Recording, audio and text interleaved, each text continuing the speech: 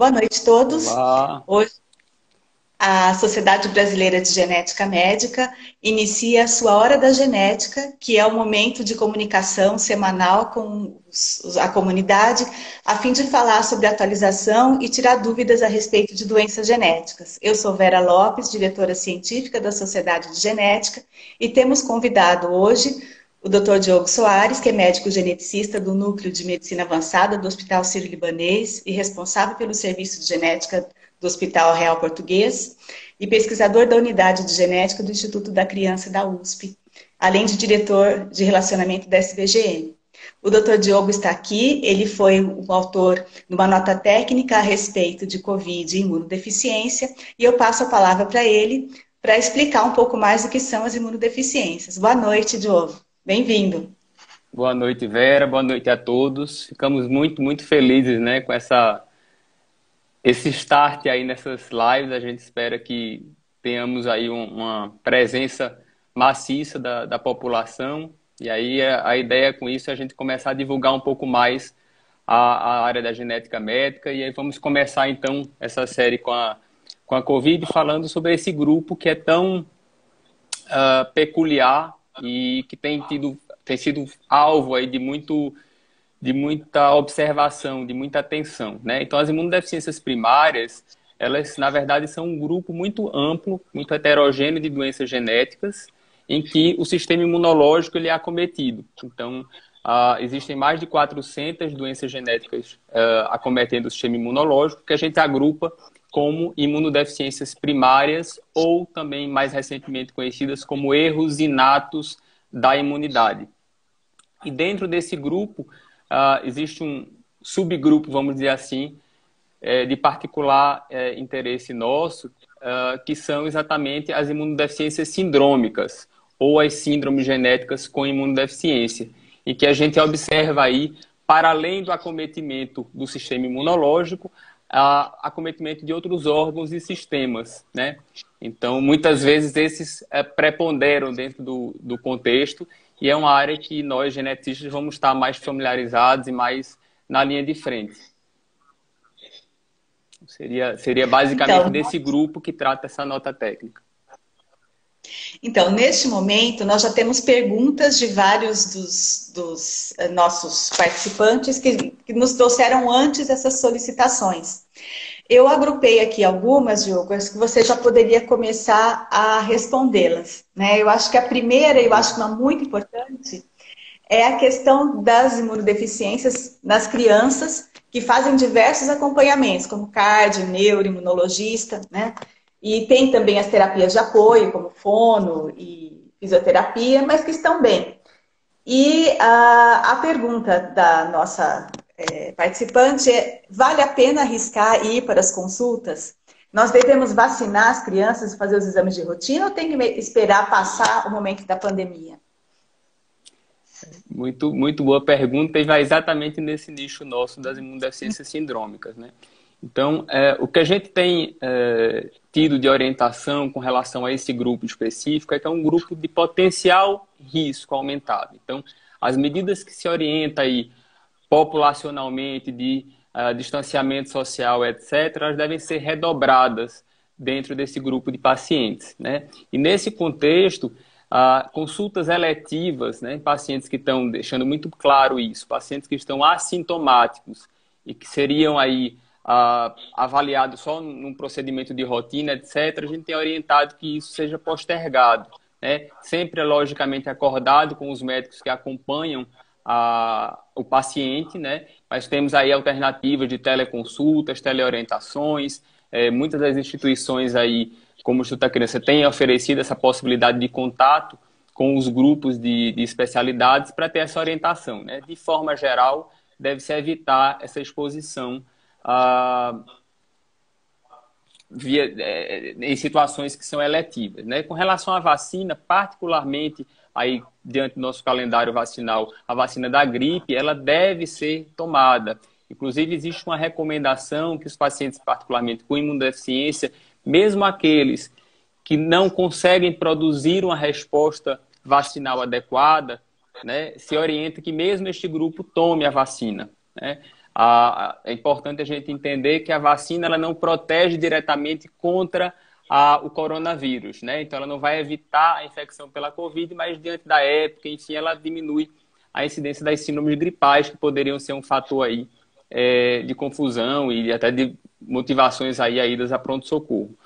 Então, com relação à vacina. As terapias de reabilitação, a gente tem se reinventado, né, nessa fase aí da pandemia e temos lançado muito mão, e aqui é um exemplo real dessa adaptação que a gente vem enfrentando com a teleconsulta, com essa comunicação através desses veículos aí de comunicação à distância. Então, muitos centros de reabilitação têm utilizado essa ferramenta, né, de comunicação à distância para dar orientações aos pais, aos cuidadores, para que mantenham, né? Então, é importante a gente ter o mínimo de continuidade das terapias para que a gente evite uma regressão aí dessas crianças, né? Então, a gente tem até visto, aí, particularmente com os pacientes com a síndrome de deleção do 22q, os pais se reinventando e buscando atividades. Isso é extremamente importante, até mesmo do ponto de vista ocupacional, né? Dessas crianças que estão aí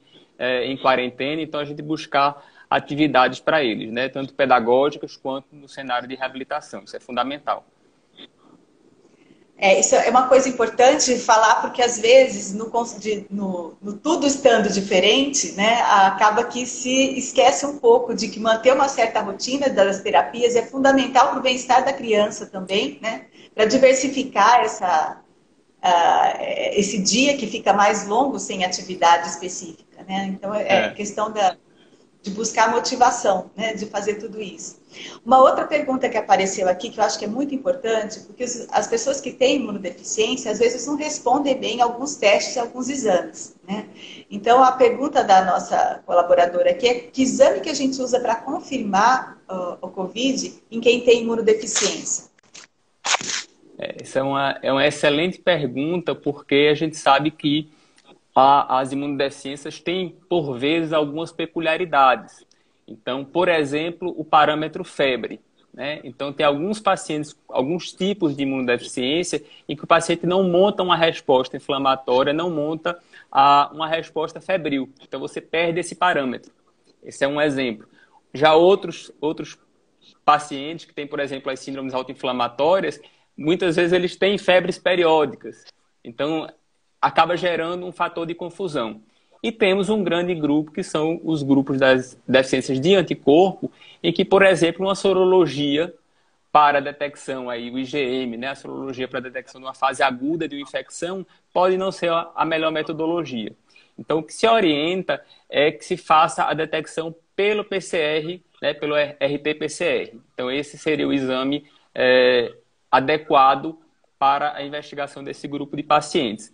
Lembrando sempre, né, que a apresentação clínica destes pacientes pode diferir desse quadro que tem sido colocado de forma mais clássica nos pacientes infectados pelo coronavírus. Então, é importante que os pais, que os cuidadores, né, que conhecem muito mais os pacientes, que percebam qualquer diferença dentro do contexto geral, seja uma sonolência, uma diminuição do apetite, etc. E estar atentos para essa possibilidade, particularmente se tem alguma situação de exposição a alguém que foi recentemente infectado, etc. Então, tem que estar muito atento a essas diferenças e estar sempre em comunicação com a equipe médica, né? Não esperando que eles manifestem todos esses sintomas clássicos que a gente tem visto. Isso é importante também destacar, né? Eles, uma vez entendidos como um grupo de risco, eles já têm essa abordagem diferente, eles já devem ser triados para um serviço especializado para ter acesso a esse diagnóstico laboratorial com mais facilidade. Olha, tem uma pergunta que chegou agora de uma avó de uma criança com síndrome de George, que fica com a criança e trabalha numa unidade de urgência odontológica. Ela gostaria de saber se precisaria se afastar do serviço porque ele está morando com ela. A síndrome de George, também conhecida como a deleção do 22q, com o qual eu e a Vera trabalhamos bastante, é uma síndrome genética que cursa com imunodeficiência em grau bastante variável, né? Então, de forma geral, fica difícil a gente dar orientação mais direta, mas, em tese, deve-se evitar essa exposição, tá certo? Agora, é bom conversar com o médico assistente para entender que momento que está, qual é a apresentação clínica desse paciente, como é que está o laboratório, tem alguma evidência de uma imunodeficiência mais importante, né? E, se possível, claro, que essa criança ficasse sob cuidados de uma pessoa que não tivesse tão exposta né, porque acaba sendo um veículo. Não adianta só a gente isolar, a gente distanciar socialmente a criança quando os cuidadores estão ali veiculando, né, o vírus. Então, isso é bastante importante, deve ser levado em consideração. A própria idade da criança também, né? Se uma Também. criança que nunca teve problemas de imunodeficiência, ainda que tenha, né? Dependendo da idade, é uma outra coisa que os médicos têm que levar em consideração ao deixar ou não a avó mais próxima ou mais longe. Mas certamente o distanciamento aí seria mais oportuno, né? Isso, Uma outra coisa que ainda relacionado à eleição do 22, uma outra pergunta. Uma criança que faz uso profilático de Bactrim ou quem usa imunoglobulina, no caso de contrair o vírus da Covid, ele pode ser menos agressivo porque ele usa esse medicamento ou ajudaria a minimizar o quadro clínico? Muito boa pergunta, né? Então, existem algumas imunodeficiências para as quais a gente usa medicações preventivas, né? Que a gente chama de medicações profiláticas, que podem ser o uso de antibióticos. Então, nesse caso particularmente da síndrome de George, por vezes pacientes que têm uma linfopenia, então a redução dos linfócitos, principalmente dos linfócitos CD4, quando eles estão muito baixos, isso a partir de um determinado valor, a gente passa a considerar o uso preventivo de antibiótico para reduzir a incidência de infecções. Da mesma forma, o uso das imunoglobulinas. Então, pacientes que não conseguem produzir as imunoglobulinas, a gente fornece por via venosa, né, pela veia, eles fazem infusões de imunoglobulina, normalmente mensalmente, tá? E essas medicações têm por finalidade a redução de infecções, mas fundamentalmente infecções bacterianas, tá? O Bactrim, então, é um antibiótico, né, um antimicrobiano aí, que ele não teria uma ação direta sobre infecções virais. Então, a COVID é uma infecção secundária a um vírus, né? Do grupo lá dos coronavírus.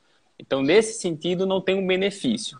A imunoglobulina, ela tem uma propriedade aí de modular, de dar uma regulada nessa resposta imunológica, mas ela não teria um fator de proteção contra o vírus da mesma forma que o Bactrim, tá?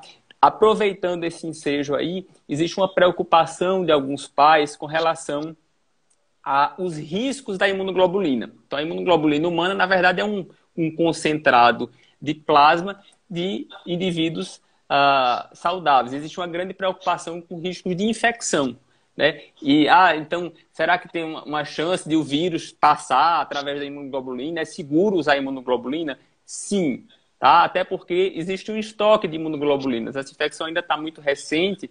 Então, os grandes grupos de imunologia acreditam que a gente vai começar a receber essas coletas mais recentes, na época da pandemia, daqui a uns 7, 8, 9 meses, né? E mesmo assim, existem diversas estratégias, diversos mecanismos para tornar essa medicação, vamos dizer assim, esse plasma seguro. Então, tem uma série de filtros para que exatamente não se transmita nenhum tipo de infecção, quer seja coronavírus ou de qualquer outro tipo de vírus, né?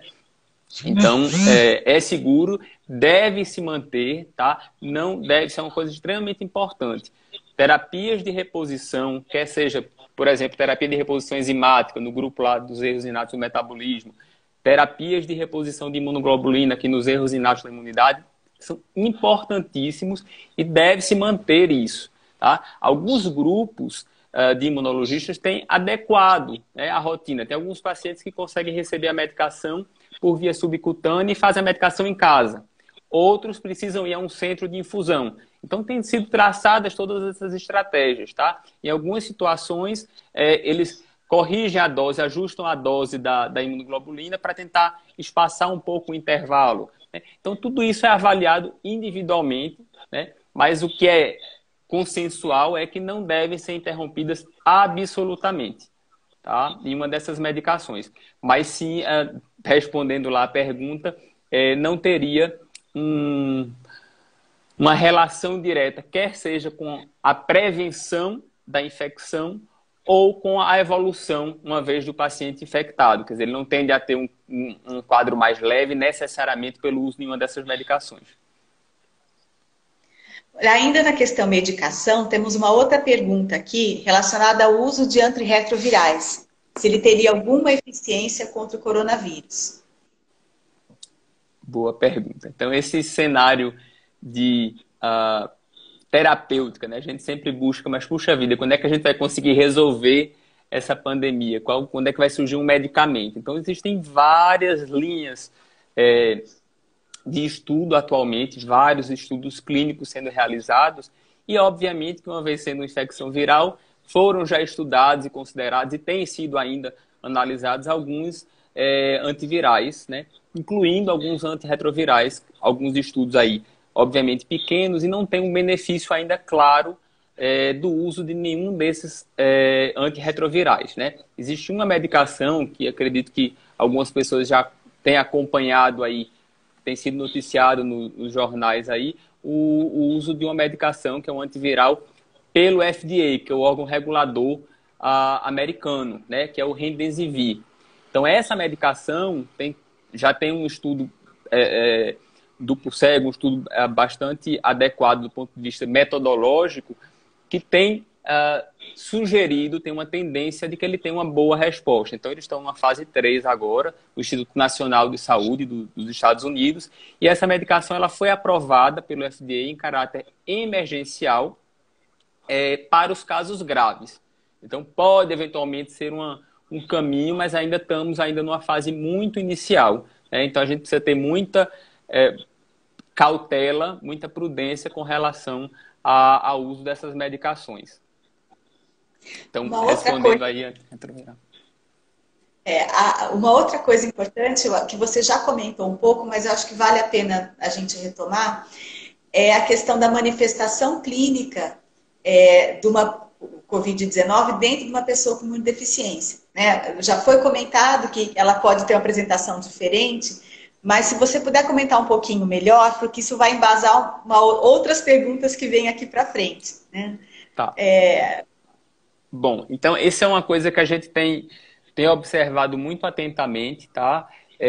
Existe uma iniciativa, uma força-tarefa da IUIS, que é a Sociedade Internacional das Associações das Sociedades de Imunologia, né? Em que eles têm feito inquéritos, feito questionários com grandes grupos de imunologia no mundo todo para tentar mapear exatamente se existe de fato um risco maior, como tem sido a evolução dos pacientes com imunodeficiência. A gente tem tido contato direto, eu tenho mantido contato regular com o Serviço de Imunologia do Hospital da Criança da Filadélfia, que tem um grande grupo de pacientes com imunodeficiências sindrômicas, né? Só dos pacientes com deleção do 22, que eles têm 3.000 pacientes em acompanhamento, e não há, até o momento, nenhuma evidência clara, nem que eles tenham uma taxa maior de infecção, né? E nem que eles tenham uma evolução diferente, que não haja uma tendência de maior gravidade nesses pacientes. Isso tem sido observado ainda, esse questionário, até o último levantamento que foi feito, eles têm em torno de 50 pacientes, né? Tem uma publicação realizada recentemente por um grupo da Europa que mostrou a evolução de alguns pacientes. Então, os pacientes que tinham a gama-globulinemia, né, que é a ausência aí da capacidade de produzir anticorpos, eles tiveram 2 pacientes e tiveram uma evolução muito leve da doença, não houve necessidade de nenhuma terapia de suporte, não houve necessidade de internação em terapia intensiva, nem uso de oxigênio, e eles tiveram 5 pacientes com outro grupo de doenças imunológicas, que são as imunodeficiências comuns variáveis. Desse grupo de 5 pacientes, 2 tiveram uma evolução mais grave, 3 uma evolução intermediária, vamos dizer assim. Precisaram de internamento, mas nada no sentido de maior gravidade. Então, existe uma certa tendência, pelo tempo que a gente vem observando, de que tenha um risco maior de infecção, sim, mas não há uma tendência de ser um quadro mais grave. Não temos evidência ainda para isso, né? Mas lógico que as medidas, mais uma vez, de precaução, de distanciamento social, elas devem ser, sim, reforçadas. As medidas de higiene, elas devem ser reforçadas. E aí, focando um pouco nesse aspecto do quadro clínico, é lembrar sempre, similarmente às outras infecções virais. Então, os pacientes, os familiares que têm pacientes com imunodeficiência, eles já têm essa orientação, né? Dependendo de cada tipo, já que a gente não pode entrar nos pormenores de cada um dos mais de 400 formas de apresentação, mas, de forma geral, existem algumas especificidades e precisam estar atentos a isso, que a evolução ela pode ser um pouco diferente, pode não aparecer todos esses sintomas que a gente tem relatado e que tem sido aí informados, noticiados pelos órgãos de comunicação, pelo Ministério da Saúde, etc. e tal. Uma outra preocupação com relação a essas peculiaridades é o tempo que a gente chama de clearance, de limpeza do vírus, de eliminação do vírus. Então, pacientes que têm imunodeficiência, eles tendem a ter uma resposta imunológica mais tardia, mais lentificada, e alguns deles têm uma capacidade de eliminação da infecção do vírus um pouco mais lentificada. Tá? Então, isso é inclusive um fator de observação quando a gente pensa lá, como foi perguntado anteriormente, com relação ao PCR. Então, fazer um PCR de um paciente com imunodeficiência como controle de cura, ele pode, eventualmente, dar um falso positivo, ou seja, pode ainda permanecer um vírus circulante, e esse vírus vai ser detectado, mas pode ser um vírus que já está inativado, pode ser uma resposta aí residual do tratamento, ou seja, em fase de resolução, mas um pouquinho mais lentificado. Então, isso também é uma coisa que precisa ser observada aí. Eu sei que estou vendo aí que tem alguns colegas da área de saúde, e isso é uma coisa importante, tá? Tá atento para isso. Não necessariamente significa que ele ainda está em fase de replicação, em fase de infecção ativa. A clínica, mais uma vez, é soberana, então temos que avaliar como é que está a resposta clínica do paciente, em que fase ele está. Aí, emendando aí já uma outra pergunta, né? Pelo fato de ter imunodeficiência e ter uma evolução um pouco mais prolongada, esse paciente transmitiria por mais tempo o vírus? Ele seria foco de transmissão por mais tempo? Boa pergunta. Em tese, esses pacientes que têm essa dificuldade de eliminação viral, eles poderiam, né? Porque a gente não tem uma estratégia que a gente possa definir se é um vírus que está ainda em atividade, se ainda está em replicação, ou se é um vírus que está só ali detectado, mas é um vírus que já está inativo. Então, em tese, eles tenderiam a ter uma resposta, uma resolutividade, vamos dizer assim, do quadro mais lentificada e, portanto, eles poderiam passar a ser transmissores por um período maior do que os habituais 14 dias que a gente tem utilizado como parâmetro. E aí é que tá. Justamente porque é desconhecido, a gente não pode dar um número de dias para isso, porque vai depender de cada quadro, né? Exato, exato. O médico que estiver acompanhando vai ter que tomar essa decisão, né? Infelizmente a gente não tem como ter esse dado ainda. Isso é uma dificuldade que tem sido aí de todos os grandes centros, tem sido objeto aí de muita observação, mas a gente ainda está numa fase muito inicial da doença e não conseguimos ainda definir isso. Aí, agora nós temos algumas perguntas, Diogo, que são um pouco diferentes, né? Nós temos uma pessoa aqui que perguntou que ela teve mielite viral. Ela não informa quando teve isso, né? Mas a pergunta é, será que porque ela teve essa mielite viral, ela pode ter um quadro de COVID mais grave? Bom, acho que aí vale a pena a gente abrir um pouquinho o leque para raciocinar no sentido das imunodeficiências secundárias, né? Bem o escopo aqui da nossa fala, mas aí uma questão fundamental é se ela está utilizando alguma imunossupressão. Como você colocou, a gente como não sabe em que momento isso aconteceu, se de repente foi uma infecção muito recente, uma mielite muito recente. Então, se, por exemplo, ela fez alguma terapia imunossupressiva, né, usou alguma medicação para diminuir a imunidade, diminuir essa inflamação causando essa infecção aí na medula, pode eventualmente ela estar com risco aumentado, né? Não pela mielite em si, mas por algum tratamento que porventura ela tenha feito. Então a gente precisaria avaliar isso. Então um dos tratamentos que é o corticoide, né, o uso da corticoterapia em doses elevadas, né, a pulsoterapia, isso pode eventualmente dar uma queda, inclusive nos linfócitos, isso pode eventualmente ser um fator de risco. Ela pode estar mais predisposta a uma eventual infecção, mas a gente precisaria entender um pouquinho melhor em que contexto está inserida essa mielite. Mas aí, de forma geral, esse grupo de pacientes, a gente tem alguns pacientes com imunodeficiência que são submetidos à imunossupressão, como aquele grupo que eu falei lá atrás, das síndromes autoinflamatórias, e mesmo alguns pacientes com imunodeficiência que foram submetidos a transplante de medula óssea e que usam imunossupressor, esse grupo também tem que se ter um cuidado maior, um olhar mais cauteloso, mas, mais uma vez, não há nenhuma evidência para se suspender qualquer terapia imunossupressiva. Então, aqui a gente está falando de um outro grupo de medicações, né? A gente estava falando lá dos que previnem a infecção e outros que a gente está diminuindo a defesa. Então, era de se pensar, puxa vida, mas será que não devemos suspender? Eu vou parar esse remédio, porque se ele baixa a minha defesa, pode ser que eu esteja mais vulnerável. Não, a gente sempre tem que ponderar, né? A gente não tem evidência clara de um risco significativamente aumentado para a infecção pelo coronavírus, e suspendendo a interrupção de um tratamento médico dessa magnitude, a gente pode ter um problema potencialmente muito maior, né? Que é a ativação da doença, etc. Então, não tem nenhuma evidência que nos dê suporte a orientar a suspender qualquer terapia imunossupressora que venha sendo utilizada. E ainda acho que na mesma linha, nós recebemos uma outra pergunta aqui de uma pessoa que teve PTI, que eu suponho que seja púrpura trombocitopênica idiopática, que está em remissão, né?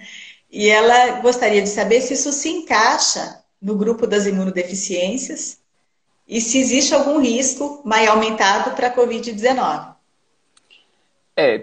Em tese, não se enquadra por si numa imunodeficiência, né? Aí, mais uma vez, teria que ver se existe a utilização de alguma medicação no momento, se está em uso de corticoide, se está, que dose estaria. Então, é importante, aí, nesse caso, conversar com o médico que está acompanhando para ver se existe alguma necessidade de um cuidado maior, enfim, se estaria em risco. Mas, a princípio, não se enquadraria isso. Pode, eventualmente, a púrpura trombocitopênica, ela pode ser uma manifestação de uma imunodeficiência, mas o contrário não é necessário, né? Então, pode ser uma púrpura isolada e isso não conferiria um estado de imunodeficiência per si, né?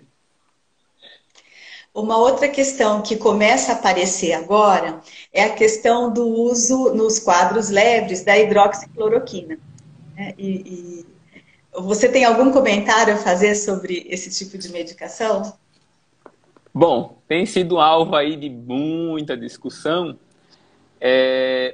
mas na verdade o que a gente tem, né, pautado aí nas evidências científicas, né, e vou trazer até um estudo recente que foi publicado, uma revisão sobre as abordagens terapêuticas, né, farmacológicas para a infecção pelo coronavírus, foi publicada no JAMA. A gente não tem uma evidência robusta o suficiente para indicar a hidroxicloroquina de forma ampla, né? Tem vários estudos em andamento, tem mais de 150 estudos em andamento agora, buscando avaliar exatamente essa resposta, né? É uma medicação que tem essa possibilidade de impedir a entrada do vírus, ela tem a possibilidade de reduzir uma resposta inflamatória, principalmente um grupo de resposta inflamatória muito inicial.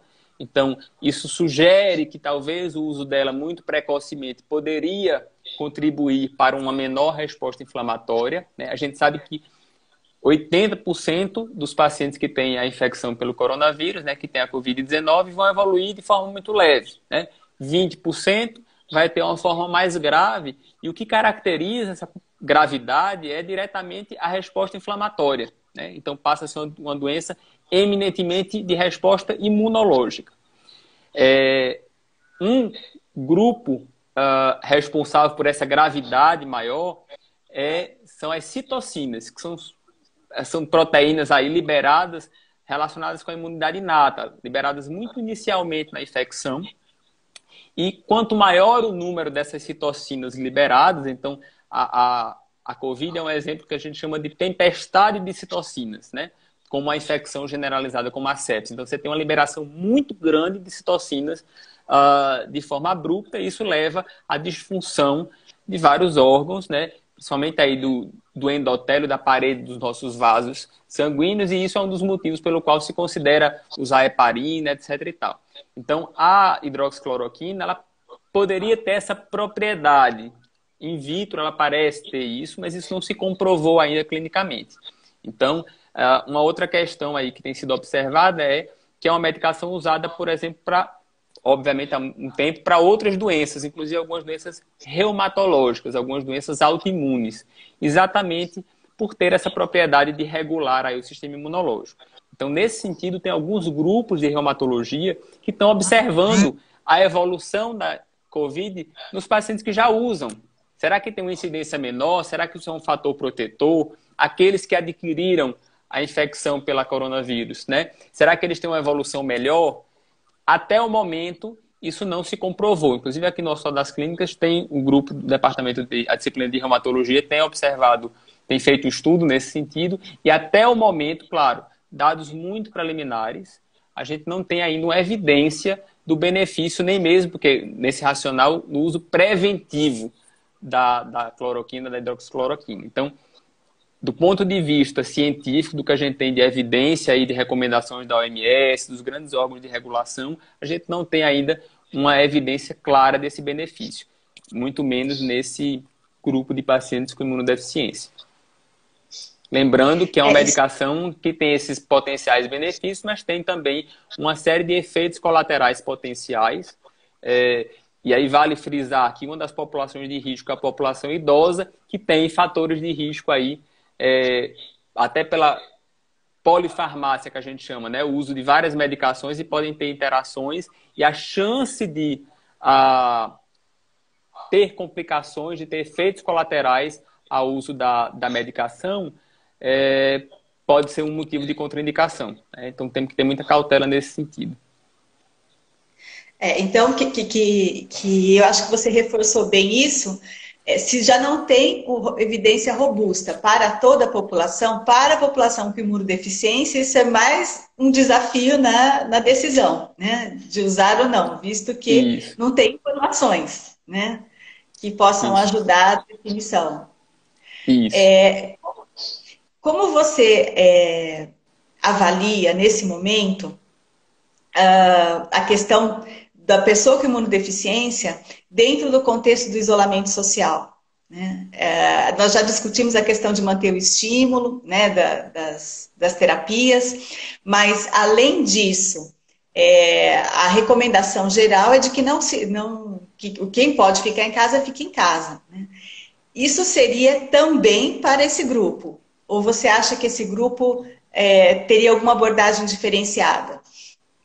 Não, eu acho que assim, é um entendimento que eu estou de acordo e que tem sido advogado pelos grandes grupos, né, de acompanhamento de pacientes com imunodeficiência, é que esses cuidados eles devem ser mantidos e até redobrados. Quer dizer, essas medidas de higiene, de isolamento social, em virtude desse risco potencial, né? Muito embora a gente não tenha evidência clara de que haja uma correlação direta entre a presença de imunodeficiência e uma gravidade, como a gente já expôs aqui, baseado nesses levantamentos que foram feitos pela Sociedade de Imunologia, mas a cautela, a prudência deve existir. Eu convido vocês a fazerem perguntas para o Dr. Diogo, que a gente ainda tem um tempinho para poder respondê-las. E eu deixo a palavra com ele se tem algum ponto que você gostaria de falar, que as perguntas não foram... Não chegaram até nós, né, com relação a tratamento ou a outros cuidados específicos com relação aos imunodeficientes. Uma das coisas que eu queria comentar, que acho que colocaram aqui, deixa eu só ver quem que foi. Garcia Andrade Torres, né, comentou que se a tempestade de citocinas é um fator que leva à patologia da Covid, então poderia usar um bloqueador de NF-κB. Então, na verdade, existem várias linhas de estudo buscando entender a imunopatogênese da infecção.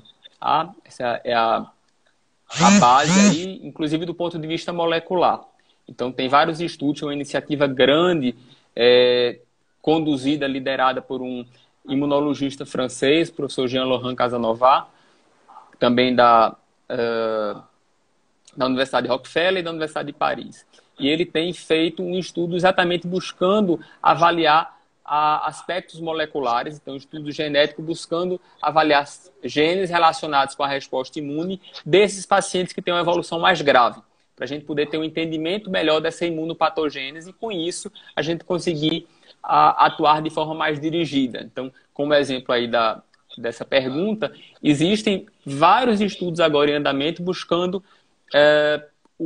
a resposta, né, com o uso de alguns imunobiológicos. Um deles é com o uso de inibidor de L6. Então, tocilizumab, por exemplo, é uma citocina que a gente vê que nesses pacientes graves ela sobe muito, absurdamente. Então, é um dos parâmetros aí de gravidade da Covid-19. E aí, nesse sentido, se a gente já dispõe de uma medicação que bloqueia isso, por que não tentar? Então, está sendo considerado alguns grupos fora que tem mais acesso à medicação, tem utilizado para os pacientes graves, e a gente está exatamente nesse período observacional para tentar entender qual o benefício dessa medicação, para quem, em que momento introduzir. Então, respondendo, sim, tem vários estudos com imunobiológicos, sim. Tem uma outra pergunta aqui, de uma outra mãe de um menino com digiose, com 13 anos, que está muito bem de saúde, mas ela ainda gostaria de uma orientação mais precisa se ela deve se afastar do emprego nessa situação, por conta de contágio. É uma situação, mais uma vez, acho que a gente tem que avaliar com mais critério, ver como é que está a parte laboratorial, aí teria que conversar realmente com o médico assistente para entender se existe algum impedimento maior. De forma geral, o que a gente tem sugerido, orientado, etc., é que as pessoas que precisam sair, que o façam, mas com todas as medidas de higiene, com todas as medidas que a gente tem difundido aí, o Ministério da Saúde tem atuado ativamente nesse sentido de educação da população, né? Então, ao chegar em casa, manter aquela área separada lá, né? Chegar, se desparamentar, vamos dizer assim, tirar essa roupa, já imediatamente tomar um banho de corpo inteiro, fazer a higienização das mãos, né?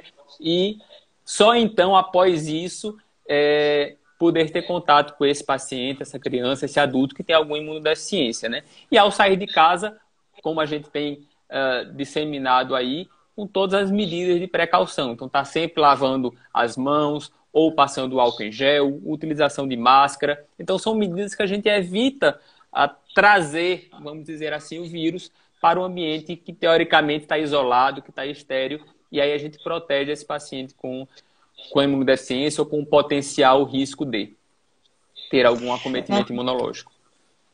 Nesse mesmo sentido, tem uma criança de 3 anos também com digiose que não tem o timo e faz uso de ácido contínuo há mais de 1 ano.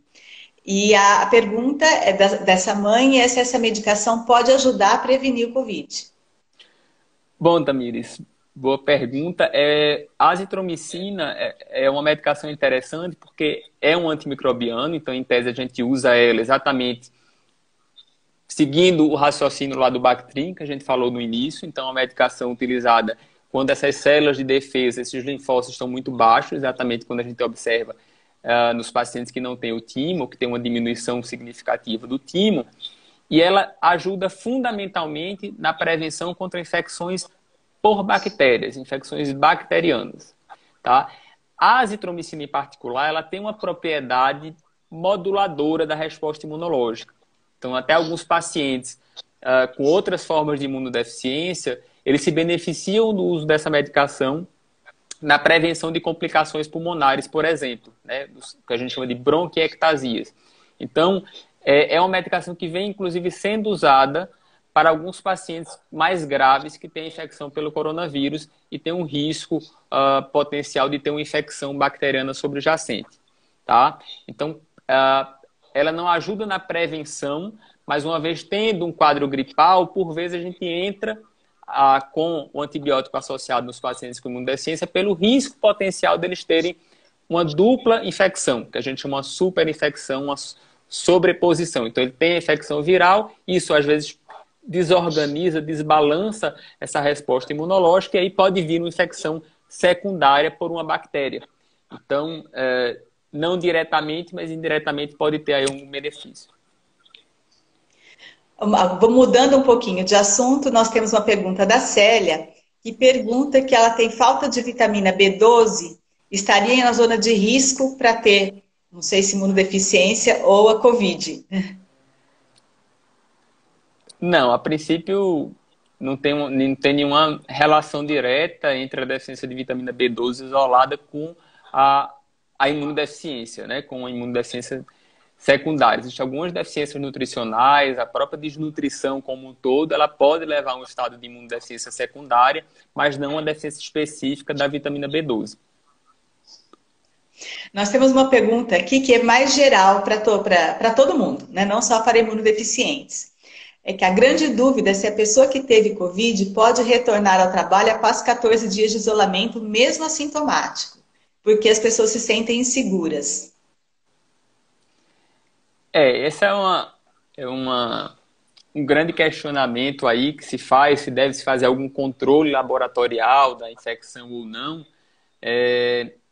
A gente não tem uma evidência muito clara disso, né? Parece que o curso da infecção atingiria esse platô aí nessa fase e a partir de então, obviamente, tendo a resolução melhora dos sintomas, etc., a pessoa poderia retornar às atividades. Tem uma pergunta aqui da Patrícia Eddington sobre se uma criança imunodeficiente que não demonstrasse a doença com sintomas mais graves, como febre, se poderia perceber que algo está errado controlando a saturação por oxímetro, né? A Patrícia, eu já sei que a pergunta dela é ligada à deleção, e aí, na verdade, assim, o oxímetro é um parâmetro que a gente utiliza, porque muitas vezes a infecção pelo coronavírus ela passa desapercebida no cenário de gravidade. Então, você começa a ter um comprometimento do pulmão e antes de manifestar com a falta de ar, você pode ter uma queda de saturação, né?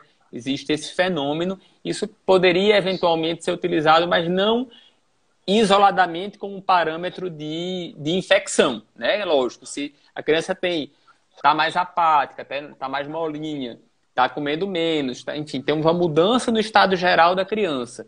E aí você tendo a saturação. E é importante a gente entender que dentro do universo de pacientes com a síndrome de George, a deleção 22, a gente tem muitos que têm cardiopatia, né? Tem malformações cardíacas. E parte dessas malformações cardíacas pode cursar com oxigenação diminuída. Então, tudo isso precisa ser avaliado, né? Mas se você conhece lá o estado basal da oxigenação da sua criança, e aí dentro de um contexto maior, com outros achados, você vê uma queda de saturação, isso, claro que por si só já justifica a busca a um auxílio médico. E aí dentro do contexto ele vai avaliar se existe uma plausibilidade ou não para se pensar na infecção pelo coronavírus. Olha, essa pergunta ela é no mesmo teor. Também um indivíduo com George, que tem um grau leve, que tem autismo, e teve uma CIV. A mãe quer saber se ele é considerado grupo de risco. A síndrome de George, ela, por si, a gente entende que é uma doença que tem algum grau de desregulação imunológica, né? Inicialmente, a gente vê que em torno de 40% dos pacientes tendem a ter quadro de infecção de repetição, né? Mas, se a gente for olhar globalmente, em torno de 70% dos pacientes têm algum grau de acometimento imunológico. E parte desses pacientes tendem a ter uma resposta inflamatória mais exacerbada no estado basal. E uma das predisposições é exatamente a infecções virais. Então, é claro que precisaria, mais uma vez, ter uma avaliação pormenorizada, precisa ver os exames laboratoriais, porque às vezes a gente tem uma baixa desses linfócitos, mas não se manifesta com infecções recorrentes. Então, precisaria avaliar. Mas, em tese, como um grupo, os pacientes que têm a síndrome de George, eles são pacientes de mais alto risco, né? Então, a gente teria que ter um cuidado maior. Uma outra pergunta aqui é por que você acha que os pacientes com doenças raras não estão sendo afetados com quadros graves de Covid? Bom, vamos lá. Vamos esclarecer, então. Na verdade, o escopo da live é para falar não dos pacientes com doenças raras como um todo. A gente está falando dos pacientes com imunodeficiências. Então, mais especificamente, as síndromes genéticas que cursam com imunodeficiência. E aí, a base dessa discussão é exatamente baseada nas evidências científicas, baseada nesses informes, na verdade, que a gente não tem ainda tempo hábil para ter essas publicações, né? Mas esses levantamentos que vêm sendo feitos pelas sociedades, Sociedade Americana, Sociedade Europeia, o IPOP, enfim, tem esse grupo que está sendo gerido pela União Internacional de Sociedades de Imunologia, por esse questionário, por essa conversa, como eu mais uma vez trouxe aqui, por exemplo, com a equipe da Filadélfia, que a gente tem mantido esse contato, não temos tido evidência clínica, prática, no dia a dia, de que existe uma tendência de ter quadros mais graves.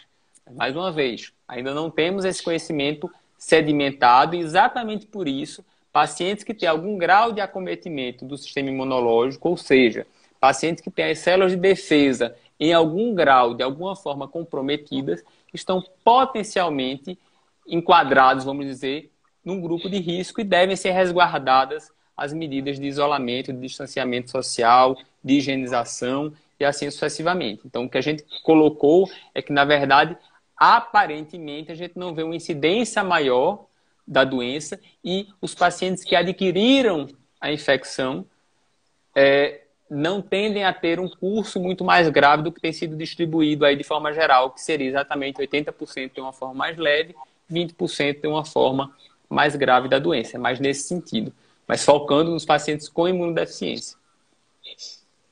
Nós temos uma outra pergunta aqui, que é uma criança que não tem o timo e não é imunodeficiente. A pergunta é como que a gente explica isso? Se o timo pode estar em outro lugar do corpo, dá para identificar esse timo? Boa pergunta, né? Se não tem um timo e não tem, ou pelo menos não tem um timo no local onde habitualmente ele fica, né? Um timo tópico que a gente chama. E não tem evidência laboratorial de imunodeficiência, seguramente é um paciente que tem um timo ectópico, que a gente chama. Ele tem tecido tímico em algum outro local do corpo. Isso a gente vê com certa frequência nos pacientes que têm a deleção do 22. Então, às vezes, a gente não consegue identificar a sombra do timo na radiografia. Às vezes, no ato...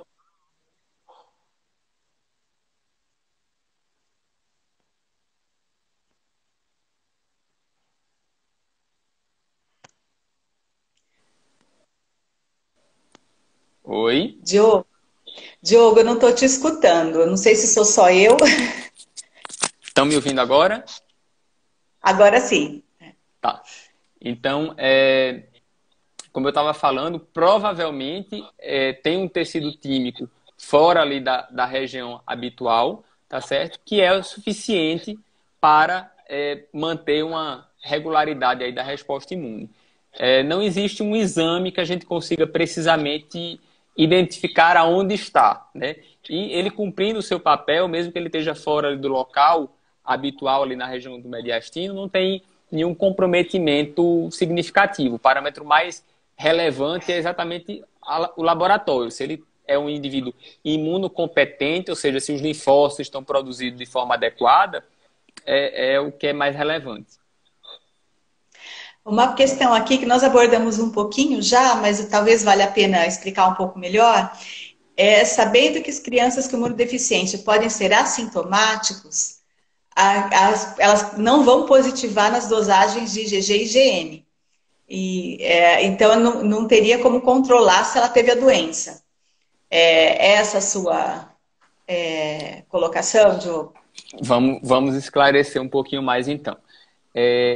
Não necessariamente todo paciente com imunodeficiência não vai ter as manifestações relacionadas a infecções, como febre, etc. e tal. Uma parcela específica de pacientes pode ter essa apresentação mais atípica. Esse é um primeiro ponto. O segundo é que nem todo paciente, como eu disse lá no início, então as imunodeficiências são um grupo grande de doenças. Tem mais de 400 doenças distintas. Cada uma delas, cada grupo com suas peculiaridades. Alguns grupos de imunodeficiência existe uma falha na produção desses anticorpos. E isso pode se manifestar exatamente com um exame normal, quando a gente não consegue detectar esses anticorpos. Então, nesse grupo específico, e aí o médico que acompanha esse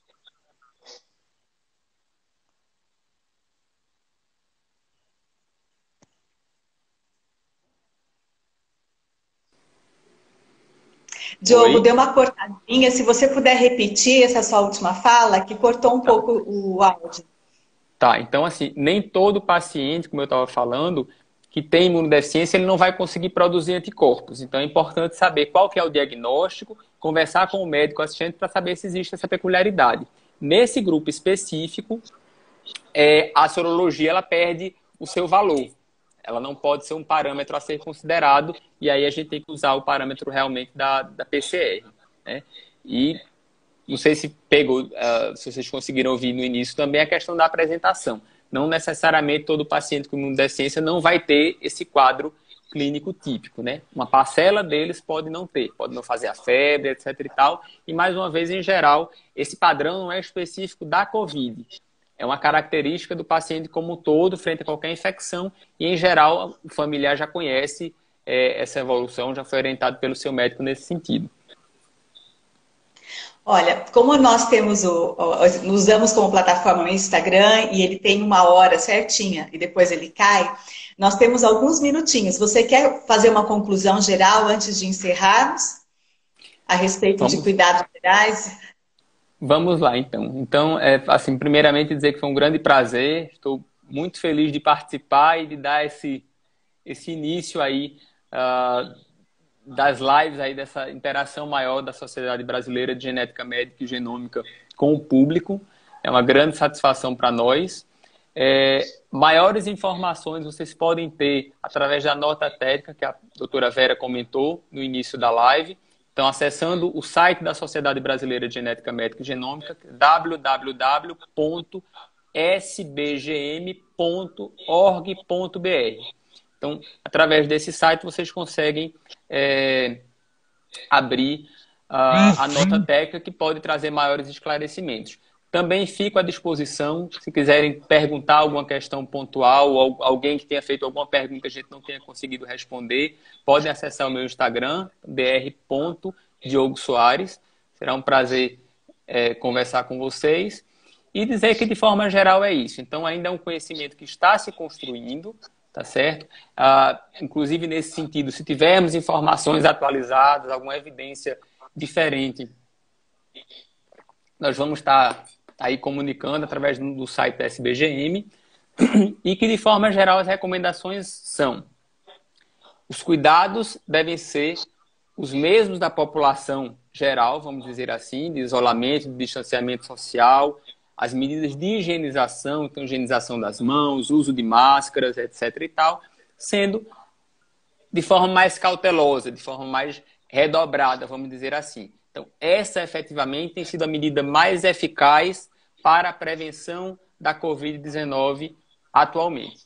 Tá? Então, isso é o que tem sido disseminado no mundo inteiro e a gente não recomenda nada diferente disso. Ao contrário, a gente reitera a importância disso como sendo a medida mais eficaz no momento para a prevenção da infecção, particularmente neste grupo de pacientes.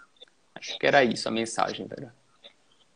Diogo, muito obrigada a você e a todo o público que nos assistiu. E eu convido vocês a voltar para a Hora da Genética semana que vem, onde nós vamos tratar do Covid na gestação, para a gestante, para o feto e para o recém-nascido. De novo, à quinta-feira, às 19 horas. Boa noite a todos e obrigada pela participação.